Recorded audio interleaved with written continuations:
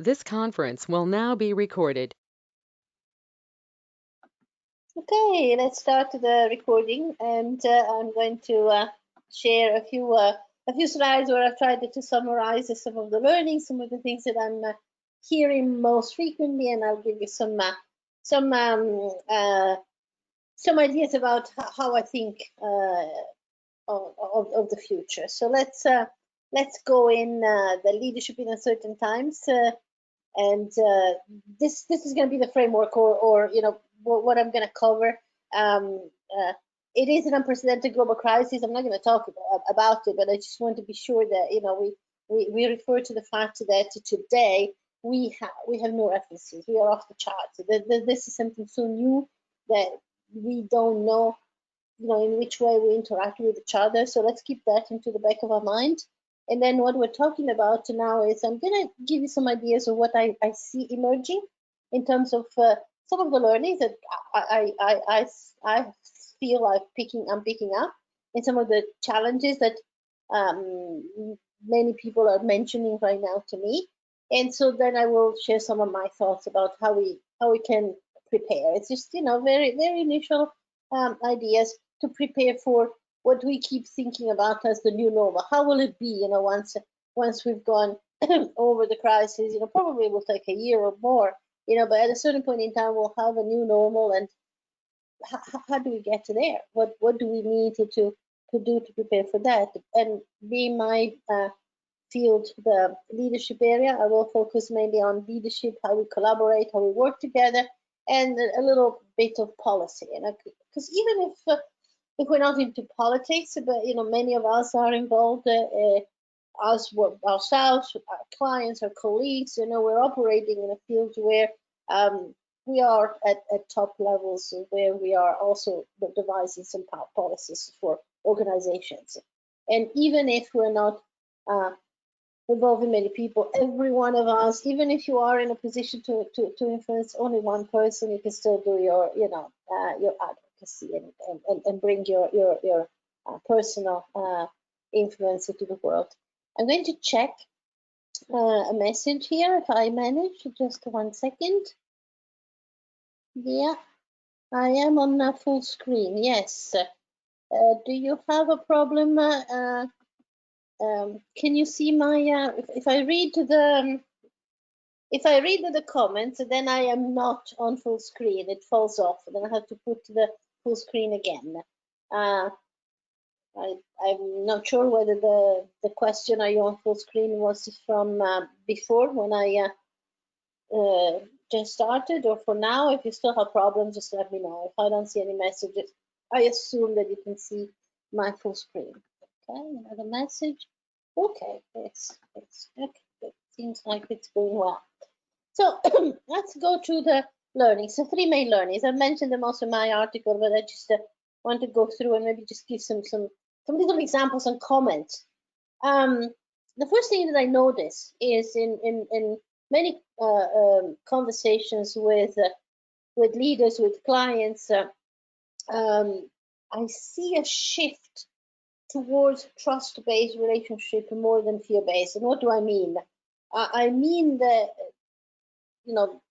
in terms of our instinctive reactions, automatic approaches towards the world, we do tend to be dominated by 2 main functions of our brain. One is protect, and one is connect. That is, the basis of all of our automatic reactions. And in order to protect, we need to use the tool of fear. We need to be a little bit guarded, a little bit skeptical, a little bit, careful. And in order to connect, to work together, to love, to create something together with other people, the tool is trust. And the two are almost, that are like 180 degrees. So I see situations like, we always need to balance between, the trust on one side and the fear on the other side. If we're always guarded, suspecting the worst of others who protect us with us shield, it's very hard to collaborate, to work together. If we trust it too much, then maybe sometimes we risk to be, really into some difficult situations. So it's always a little bit of a balance. Let me see if there are any other comments here. Okay, good. Everybody's sees the screen. So sorry for going back and forth, but I just want to be sure that you get to the experience. So I see that, you know, in my general observation is in the world as it is, we are in any case going towards collaboration within organizations that are increasingly more trust-based. For example, in the past, when we had, you know, very much top-down hierarchies, you know, the very few that decide and the others who just execute.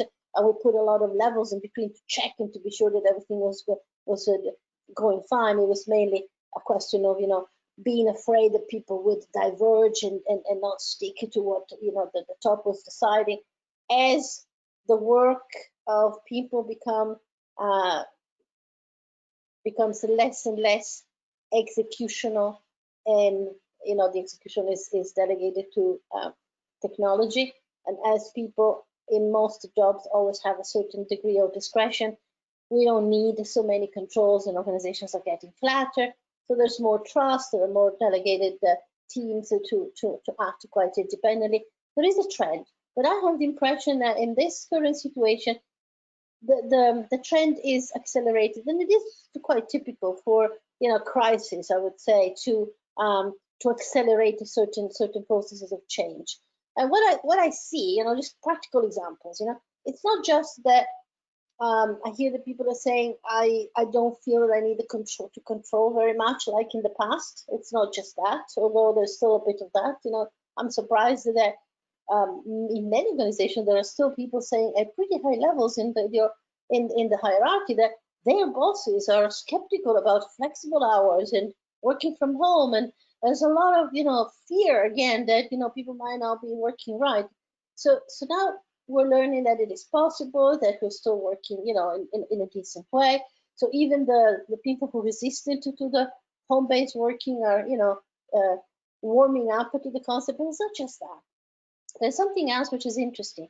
Now that we are distant, I noticed that people realize that they needed to trust more in which way, that they needed to be more focused, have a clearer, crisper communication, and trust and create mutual accountability. The salespeople cannot go and visit everyone, so they need to, you know, to involve the retailers, the trade into, you know, what do you see? How can we help you from a distance?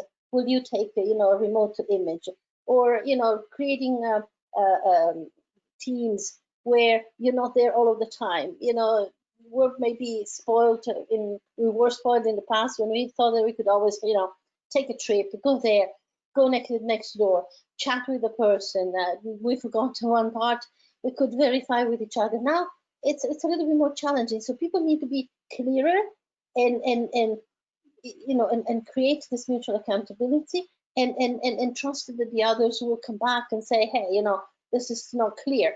And I have many clients who say they really enjoy this new way of working, where they ask each other more questions than ever before. We don't take things for granted as before, especially because there is the you know, the distance. I don't know it. I double check. I ask. I inquire, and then I depend upon the other people a lot more. I trust a lot more. So there is an interesting trend that is developing. The other thing is a little bit more obvious. It's increased resilience, and of course, you know, this is. I think that we are learning to deal with, you know, the uncertainty, and it's strengthening us. But again, there are people who are very positively surprised. I remember one discussion last week with someone who in December was appointed as the new general manager of a large international company, and he was hired to help a transformation, because that subsidiary had very, you know, conservative people, kind of senior group of people, and he was, you know, hired young. And I had a conversation with him and with his boss, who was encouraging the guy, you know, to really be, you know, outspoken, because he was a little bit, you know, afraid at the beginning of all of the resistance that he was getting. And it was hard to be, you know, the challenger in a new situation where everybody else was, you know, older and more, you know, like, we know it all and this is how we do it and don't change it.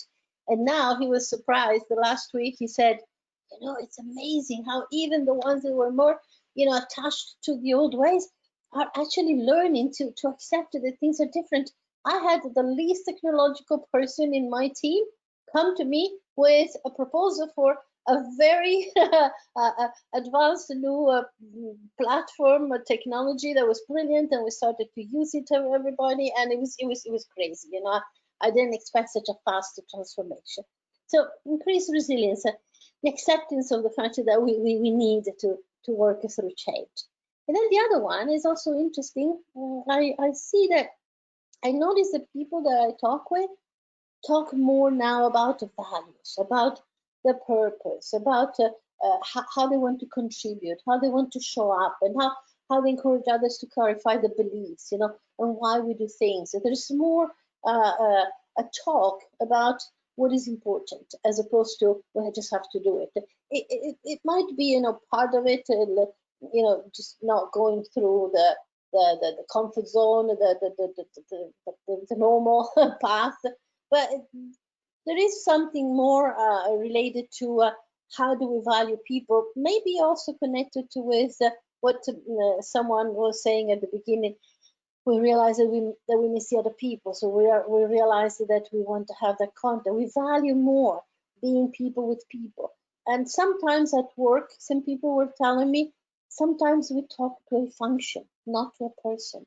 And now we see more the person, and we long for the person, and we have more, you know, appreciation for decisions based on our beliefs, our values, and to not just, you know, this is what we have to do. So those are the things that I thought of sharing with you in terms of the learnings. And I think that there is always in a crisis something that we can learn, that we can, you know, consider useful for the future. But of course, there are many challenges, and people do raise a lot of, you know, doubts and concerns. I'm coaching and teaching and training, you know, sometimes individuals, sometimes groups. I've always done it, you know, very much virtually as well. So I continue to do at least that part, even if I cannot do the one really face to face. But the conversations that I have today have taken a slightly different direction, where there is the expression of doubts and uncertainty surfaces quite often. And the first challenge, obviously, is the decision making. Now, the decision making is an interesting aspect of it because it is a critical issue, a really big issue, especially for people who are used to being in a position of large influence, large decision making. And I had some people, for example, who were organizing a person who's in charge of a group of plants, and they produce food. Have something similar with someone who's producing medicine. So those essential businesses that have to go on. And then there was a moment of panic when they realized that the plants were so old, built very many, you know, decades ago, and they were trying to design, you know, the new flows and decide, you know, how to do it, how to change the shifts, and their expectation, this person in particular and his leadership management team, there was the expectation that they would know how to make it possible for people to keep distance, to work without getting into close contact. And there was the despair, like, you know, even when they have to go to the bathroom or go to the canteen, they cross each other in a small corridor, they bump into each other. How do we do it? And this person confessed that he had been sitting virtually with his management team throughout a weekend, including some long nights, just to try and work out, you know, how to decide what to do and what to cut and and how to protect people and how to recreate the flows. And I asked a simple question like, you know, have you asked the people who are actually there? And it was like, you know, no, they expect us to tell us.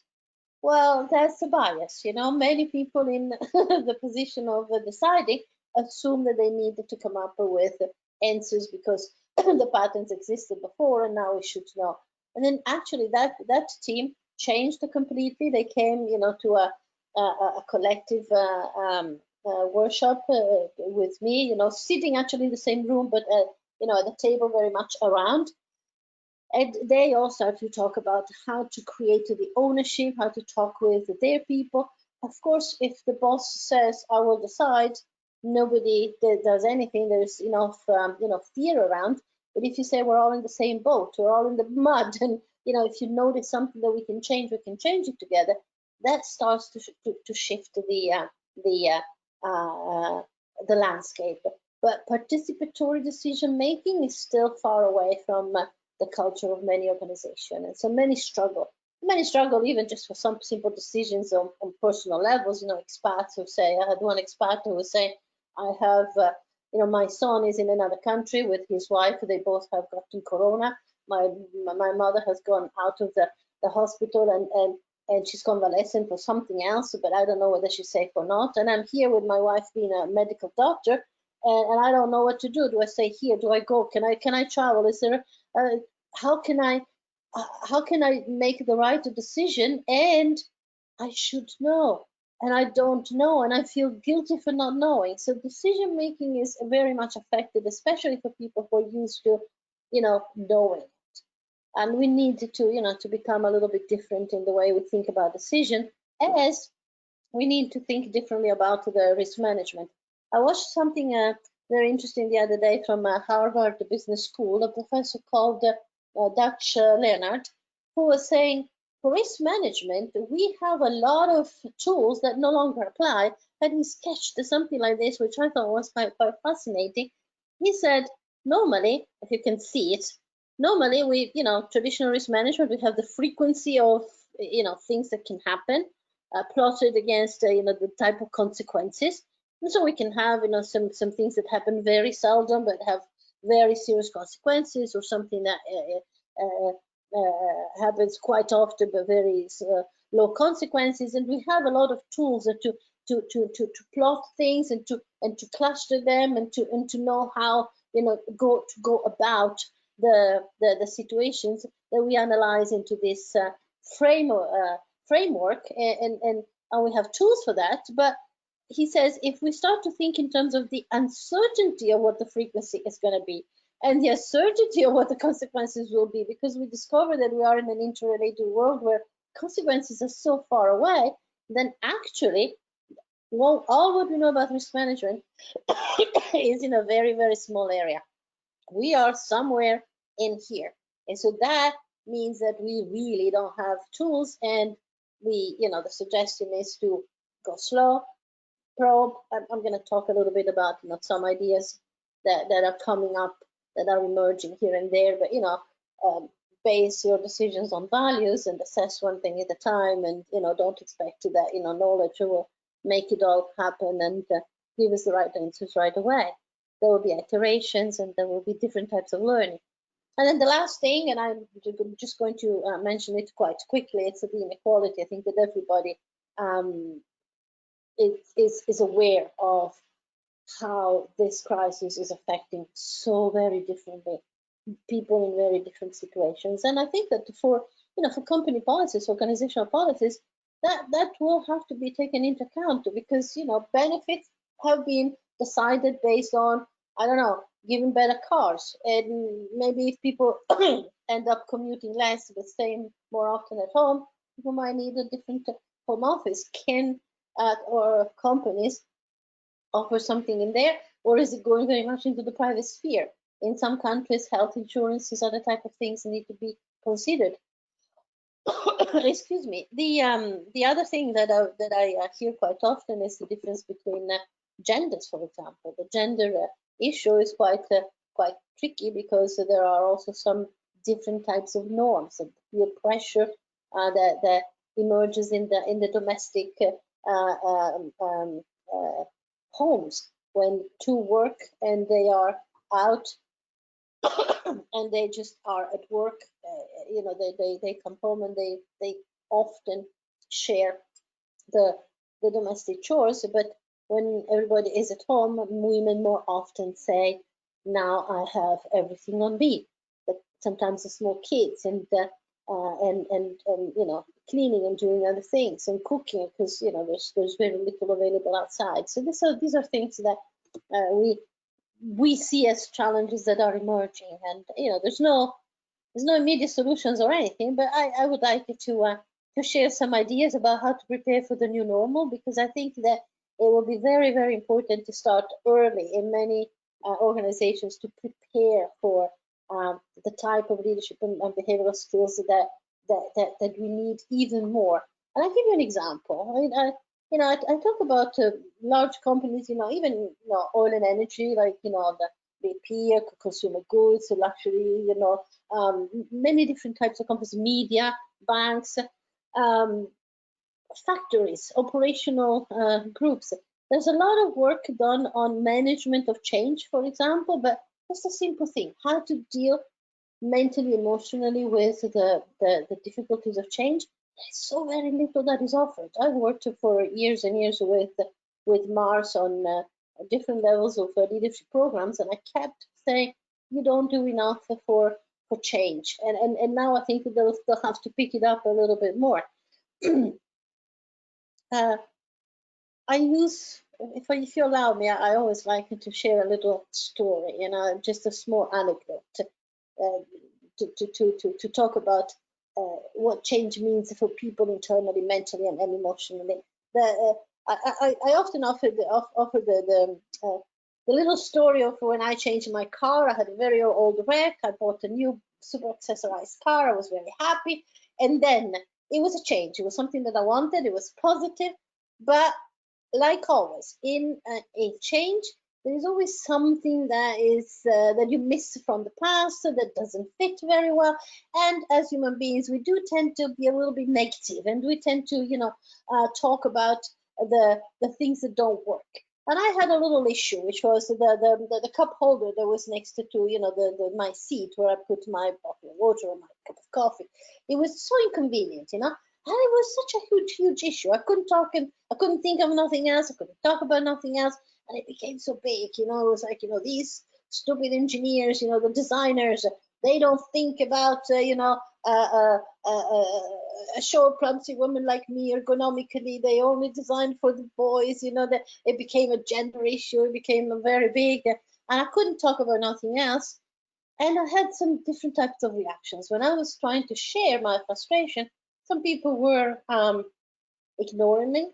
My husband, they clearly gave me signals that they thought it was just trivial. They didn't want to hear what I was saying. Someone else was trying to resell me the car, as I called it. Come on, think about how beautiful it is and all of the other accessories. Explaining to me all of the positive sides of it, but I still wanted to talk about my problem. And then someone else was say, I have the solution for you. You can buy an adapter online. And I was thinking, I'm able to find my adapter on my own. Why do you have to tell me? Finally, there was the person who was saying, oh, I know, I understand. Oh my gosh, isn't this what happens to us? One little thing can really destroy the whole experience. I find myself being like that as well. Poof, suddenly I was seen, I was heard, I was validated, and empathy, validation, and I wasn't feeling negative anymore. And I was like, oh, okay, but it's still a very good car. And after all, I've already found an adapter online.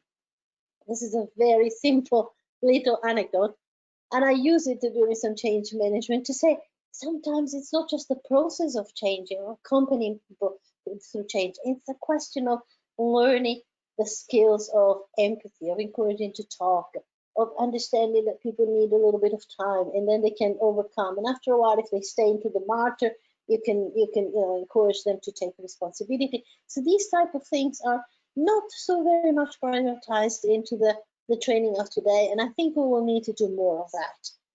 Training in the areas of ambiguity and uncertainty a lot more deeply, a lot more spread around organizations. And of course, as I mentioned before, there will be something that we need to do in terms of policy. My way of looking at it is, and I just give it to you without going too much into details, but I put it into my article. So if you're interested in this, I am I'm using very much, I'm referring very much to what is called the Cynefin. It is Cynefin,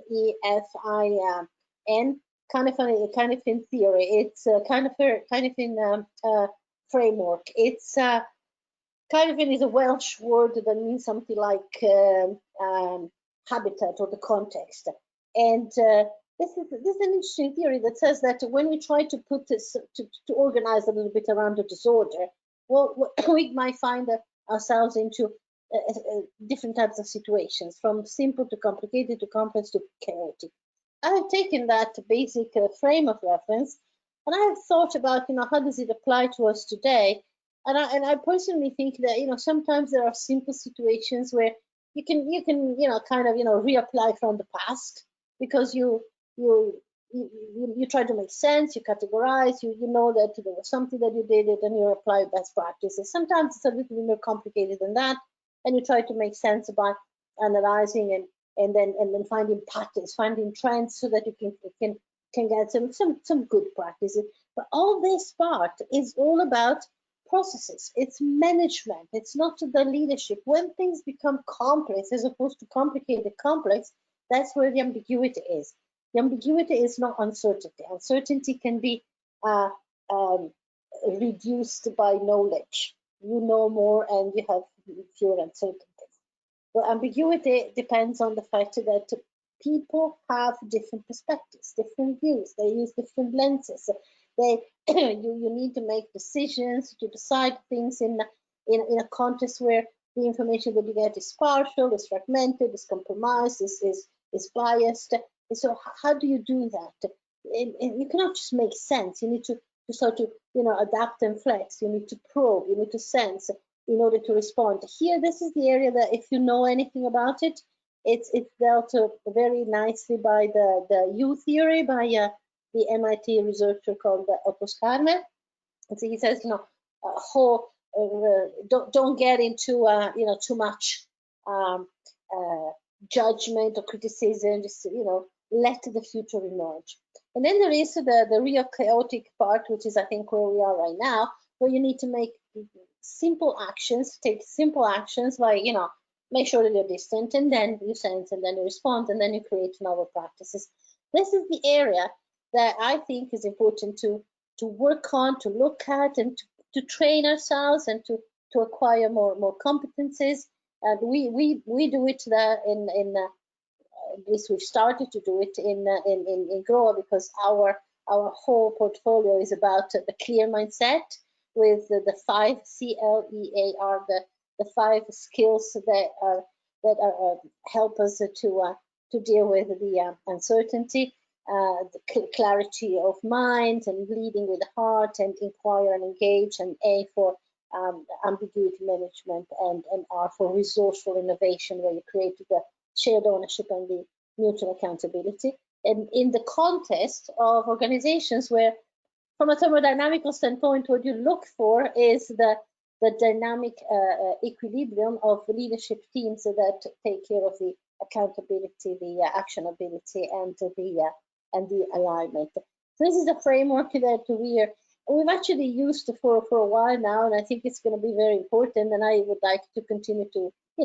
develop it and extend it and apply it. And I'm very interested in in your comment about all this. I hope I haven't taken too much time, and I would like to hear from you. So what I do now is I stop the recording, and there it is.